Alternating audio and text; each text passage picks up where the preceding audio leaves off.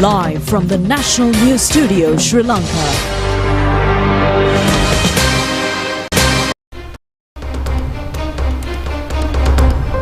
Hello, good evening. Coming to you live from the National News Studio. Welcome to the news. I'm Clifford Richards. And I'm Kasari Balachandra Adhikari. We start off with a look at your headlines for tonight.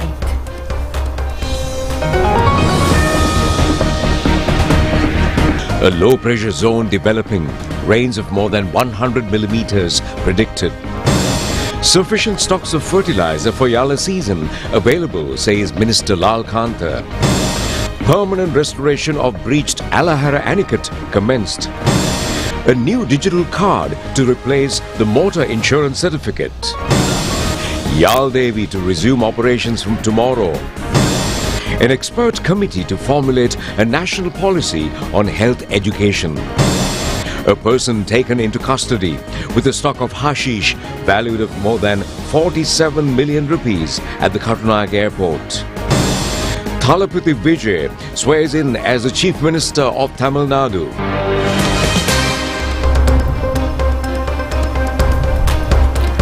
We move on to those and other stories in detail, and in your top local story tonight, the Department of Meteorology states that the low atmospheric disturbance currently near Sri Lanka is likely to develop into a low pressure area by tomorrow.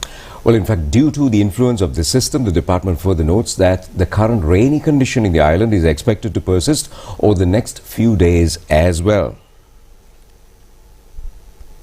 Showers or thunder showers will occur in most parts of the island, and the skies will remain heavily overcast. Heavy rains exceeding 100 millimeters may occur at some places in western, Sabaragamuwa, central, southern, Uva, northwestern and northern provinces, as well as in Anuradhapura district. The weather report also indicates that the sea areas around the island may be slight to moderate rough. Malit Fernando, duty meteorologist, stated that from the 13th onwards, wind speeds in marine areas were expected to increase. Based on current data, he mentioned that the impact on land would primarily manifest as increased rainfall, while marine areas would experience intensified winds. He further clarified that although the southwest monsoon is scheduled to start, the current situation was not a full monsoon activation but rather a pre-monsoon condition. He noted that such conditions are typically observed in May, adding that following the development of the current low pressure area, they anticipate monsoonal conditions to establish around May 20th.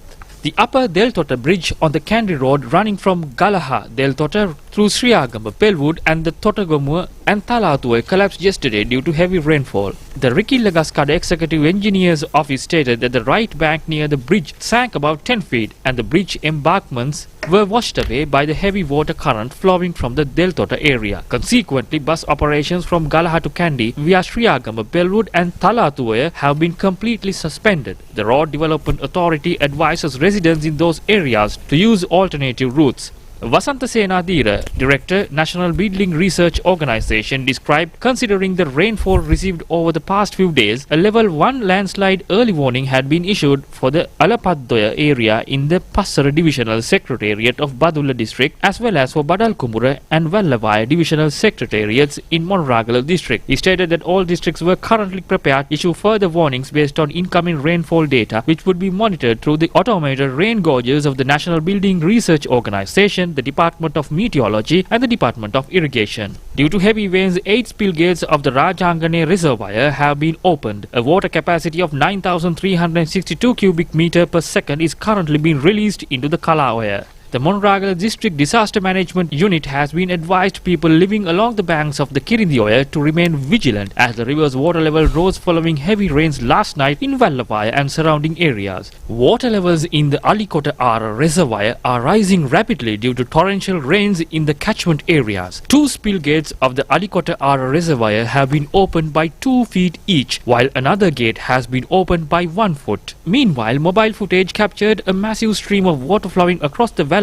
Randinigala Road. Our correspondent stated that the rain have been falling in the Gaul area since this morning. With the prevailing heavy rain, 6 spill gates of the Lunugamvehera Reservoir have been opened. Our Batiklo correspondent reported that fishing activities in many parts of the district have come to complete standstill due to the adverse weather conditions. Fishermen in areas including Kantakudi, New Kantakudi, Ettukala, Punochimunei, Navaladi and Vakari have been severely affected. The Disaster Management Centre informs the public that information regarding the prevailing challenging weather conditions can be obtained by calling 117 hotline. According to the director of the Disaster Management Centre, Pradeep Kodipilli, the district disaster management unit had confirmed 71 individuals in Ratnapura districts were being temporarily sheltered at houses of relatives and relief programs were ongoing. He reminded the public that continuous awareness is being provided via the 117 hotline, emphasizing that people living along riverbanks in irrigation areas would be continuously updated through early warning systems if water levels rise. He urged the public to remain vigilant and advised them to verify any information found on social media by contacting the 117 emergency hotline. Now, due to incessant rains at catchment areas, the water capacity of Kalaweva Reservoir has gone up to 88,000 acre-feet. Engineering in charge of the reservoir states that 2 sluice gates have been opened 8 feet each, which releases a volume of 12,000 cubic feet of water per second to Kalaweva, since people living on the banks of Kalaweva have been alerted.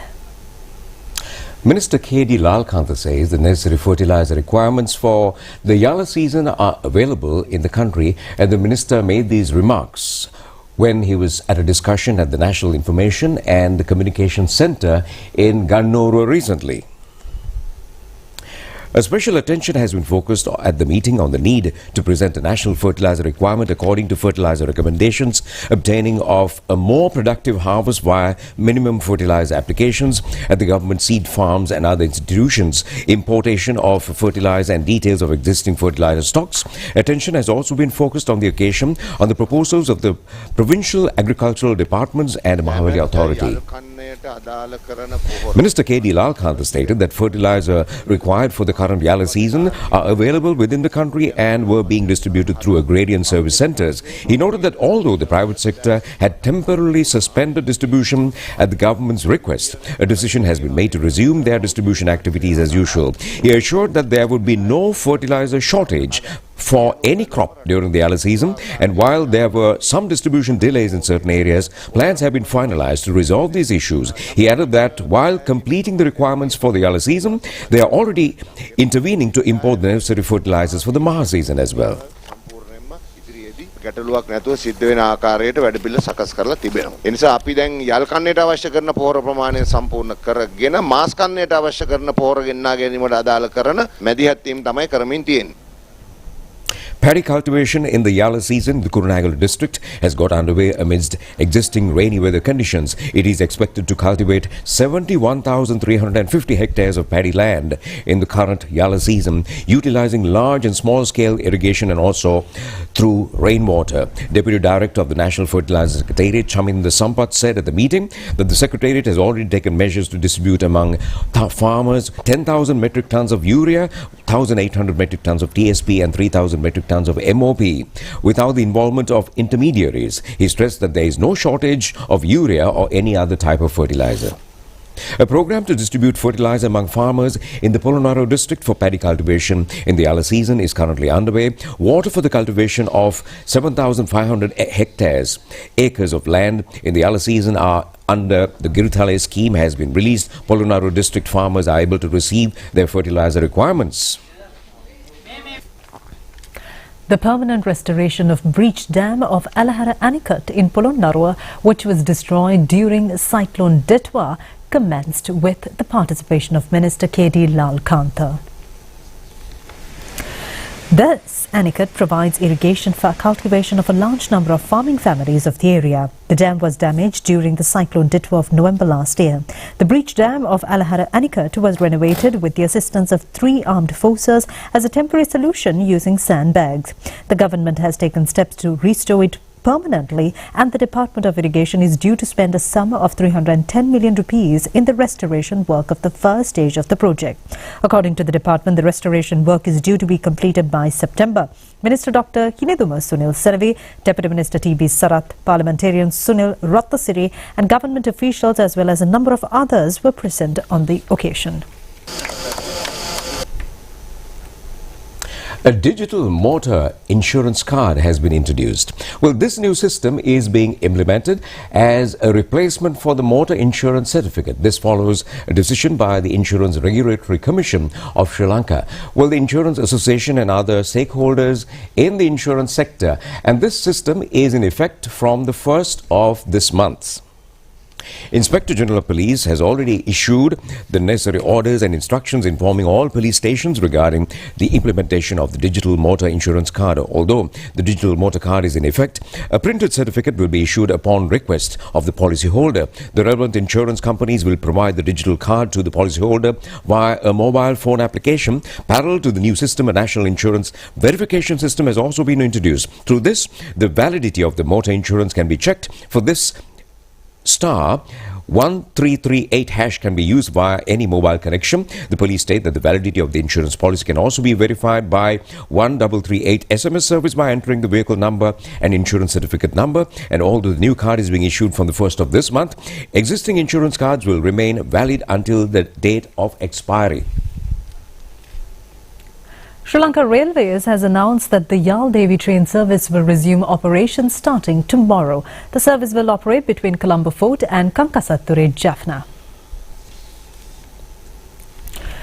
The train will operate on a staggered schedule throughout the week from Colombo Fort to Kankasatture on Mondays, Wednesdays and Fridays.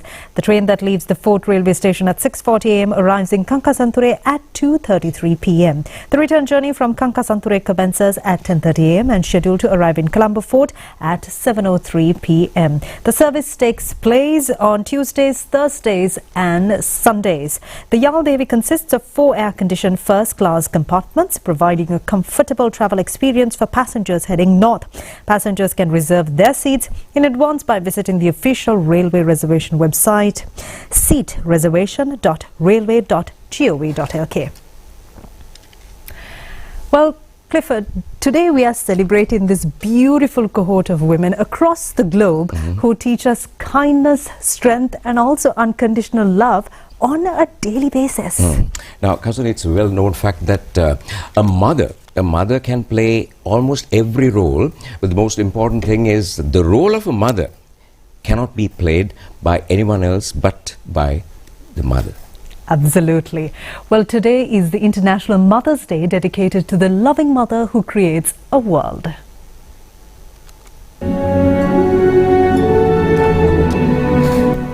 Although a special commemorative day is not needed for a mother, the International Mother's Day celebrated today dates back over 100 years. Accordingly, the second Sunday of May each year is set aside for Mother's Day. In some countries, today is Mother's Sunday.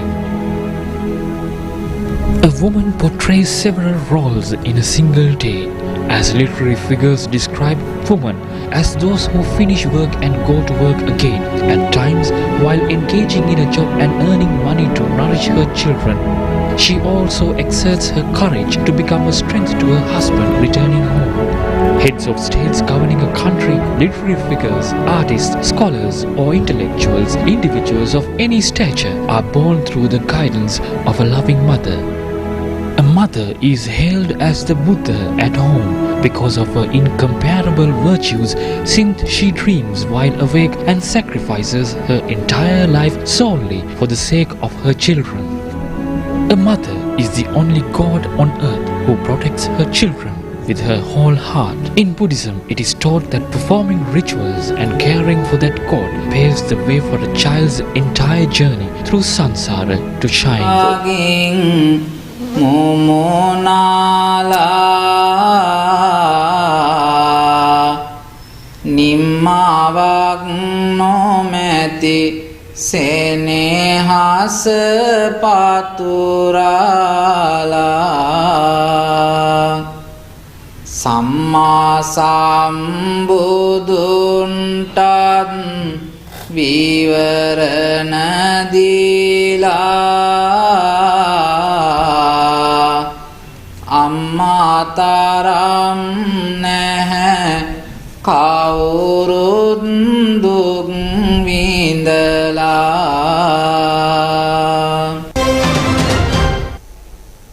Wishing a very happy Mother's Day from all of us here at Sri Lanka Rupavahini Corporation. And more stories coming your way right after this break.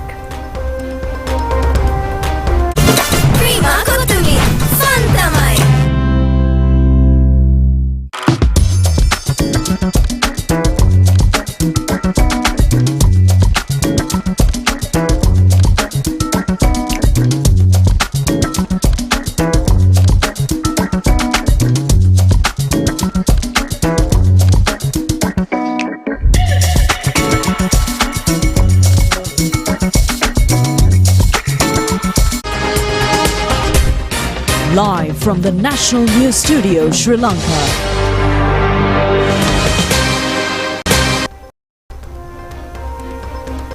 Welcome back, and in more local stories, a specialist committee has been appointed for the preparation of a national policy on local health education on the instructions of the Secretary to the Ministry of Education, Nadaka Kalueva. The program is being implemented upon realizing the strategic importance of consolidating health education to fulfill the national health needs. A specialist committee comprising of 15 members has been appointed for the formation of an extensive national policy under the instructions of the Prime Minister. Chairman of the committee is Vice Chancellor of the Colombo University, Professor Indika Mahesh Karunatilaka. Prime Minister Dr. Harini Amarasuri says that action has to be taken to shape the future through a controlled methodology which includes everyone and policies and ethics, not just simply following artificial intelligence or AI. She made these remarks joining a function to introduce the Artificial Intelligence Policy Framework for State Universities. Well, this has been jointly organized by the U.S. Embassy in Sri Lanka and the University Grants Commission at the Senate Hall premises of the Colombo University. The objective is to formulate a policy framework to responsibly engage and train ethically artificial intelligence within the university system of this country. It has also been clarified regarding the artificial intelligence framework and its implementation jointly by policymakers and experts in the field of artificial intelligence. Parallel to this occasion, the chairman of the University Grants Commission, Professor Kapila Senaviratna, Vice Chairman Professor K.L. Vasantakumar and a number of others were present on this occasion. A suspect was nabbed with a stock of hashish narcotics valued at 47.7 million rupees at the Kotnak airport by the Police Narcotics Bureau at dawn today. The suspect is a 24-year-old youth in Grand Pass. He has arrived at the airport with a stock of hashish narcotics from Bangkok, Thailand. 4 kilos and 778 grams of narcotics packed in 15 packages as chocolates in his luggage were detected. He was scheduled to be presented before the Negombo Magistrates Courts today. A seminar titled Expectations and Challenges of People's Struggle of May 9th was held yesterday at the Mahavali Center premises in Colombo. Well, this seminar was organized by Alut Piapat and civil organizations. Jointly, discussions were held regarding the struggle of May 9th and its follow-up. Vidarshan Kannangara, a social activist, stated that the Galway struggle was actually easy. He said that although they thought it was difficult and said they suffered, it was not an ordeal for them. He explained that there was a physical ground for the Galway struggle because amidst the economic pressure the public faced, there was no gas or fuel. He added that those physical issues, the struggle was a possibility and something feasible as felt by, and that Gota should be ousted. Vidarshan Kannangara noted that Gota was not the only problem for Sri Lanka's economic issues, but they could mobilize the entire country against him, making it easier. However, he mentioned that the difficult part is now questioning the future struggle. Deputy Minister Eranga Gunasekara pointed out that although the forces they defeated exist, they have not been eliminated. Therefore, the need to take the aspirations of the struggle there, and that they have a requirement to start a new kind of battle, a struggle to politically oust the enemies together. He reminded that everyone and the government collectively built is not just a simple administration. He emphasized that this government does not merely belong to the president, the 159 members of the parliament and ministers, deputy ministers or local government institutions. He said that the public, young men and women, intellectuals and the entire public all must be protected, and the government. He explained that this is because the understood forces will do everything possible until the very last second. Tumila Hettiarachchi, a social activist, stated that the people gave them power and they returned the power to the people. He said that now they have to move forward with those people and those aspirations, emphasizing that human aspirations must win. Therefore, the biggest challenge for the struggle is reading the aspirations of the people. Tumila Hettiarachchi added that the expectations of the people in the south are not the same as the challenges or expectations of the people in the north. He also said that the people in the village is not expecting what the people expect in the Golfes and also the people in the Colombo area as well. And consequently, he stated that at this time, as a political movement, the NPP is at a point where it must perform an extremely decisive and very heavy responsibility. The final rites of Kapila Chandrasena, the former Chief Executive Officer of Sri Lankan Airlines, were performed this afternoon at the Borella Cemetery.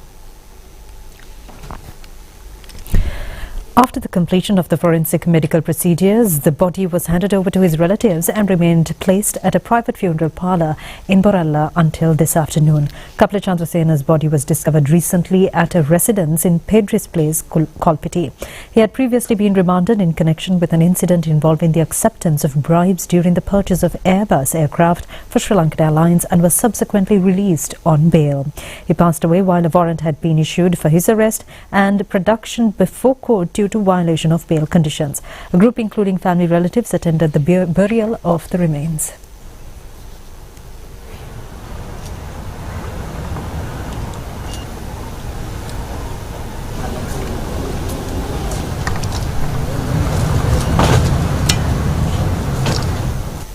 And now, a Sri Lankan pair of twins going into the world arena. Sri Lanka won the first place at the world's largest twins festival held in China, and this marks the 20th time the festival was held this year.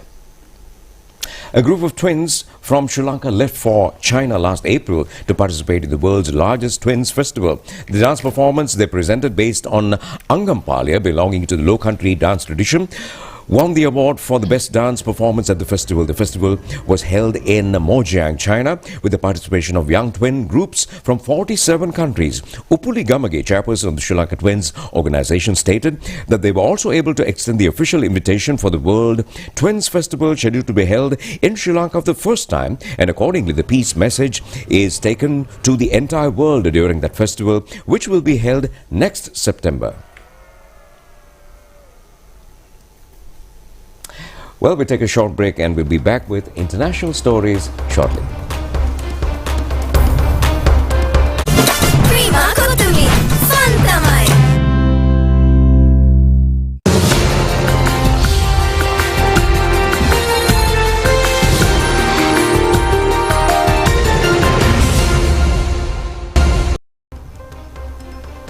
Moving on to international stories, a highlight news from India.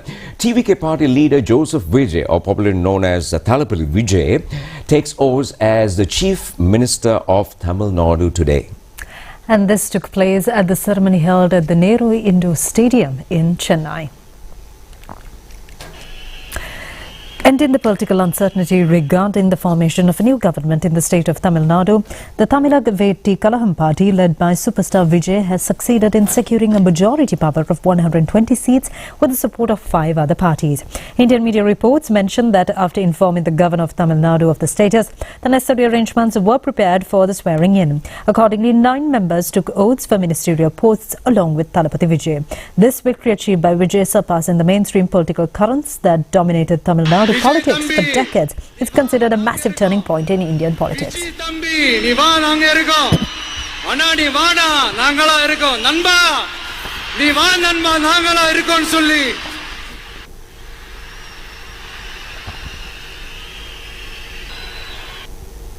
President Anukumar Dissanayake has extended his congratulations to C. Joseph Vijay on being sworn in as the Chief Minister of Tamil Nadu in a message posted on X. Through this post, the President emphasizes the importance of the long-standing ties between Sri Lanka and Tamil Nadu, as well as future economic cooperation. The message on X mentions that Sri Lanka and Tamil Nadu are interconnected through history, culture and enterprise, as well as enduring people-to-people ties spanning generations.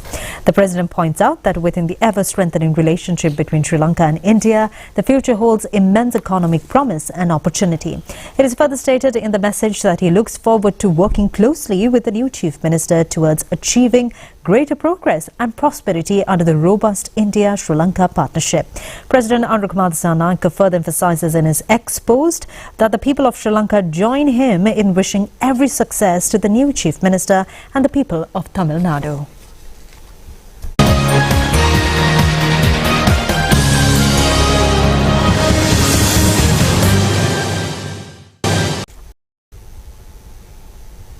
And in your sports news tonight, 7 matches of the inter-school rugby tournament were played yesterday.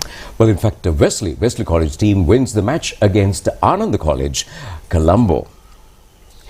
Well, the match between Ananda College, Colombo and Wesley College was played at the Ananda College grounds, and Wesley led by 21 points to 10 in the first half. At the end of the stipulated time, Wesley won the match by 36 to 18, and they scored their points through 3 goals and 3 tries.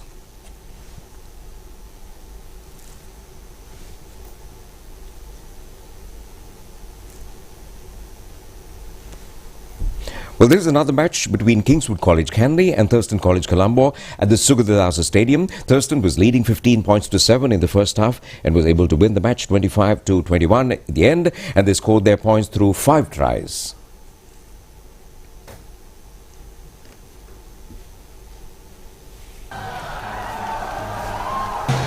And here's the match between Royal College Colombo and Zaira College Maradana, played at the Royal College grounds. Zaira was leading 12 to 5 in the first half and won the match 29 to 26 at the end of the stipulated time, scoring their points through 2 goals and 3 tries.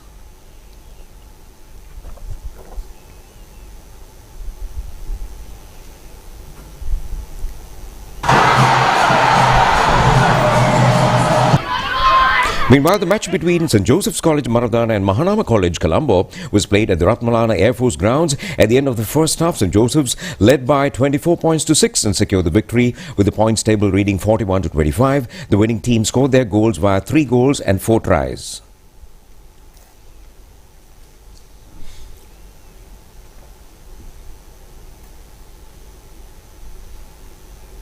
The match between St. Thomas's College, Mount Lavinia and Mount Lavinia Science College was played at the Science College grounds. St. Thomas's team, leading 10 points to 8 during the first half, won the match 41 to 13. They scored their points to 4 goals and 2 tries and 1 penalty.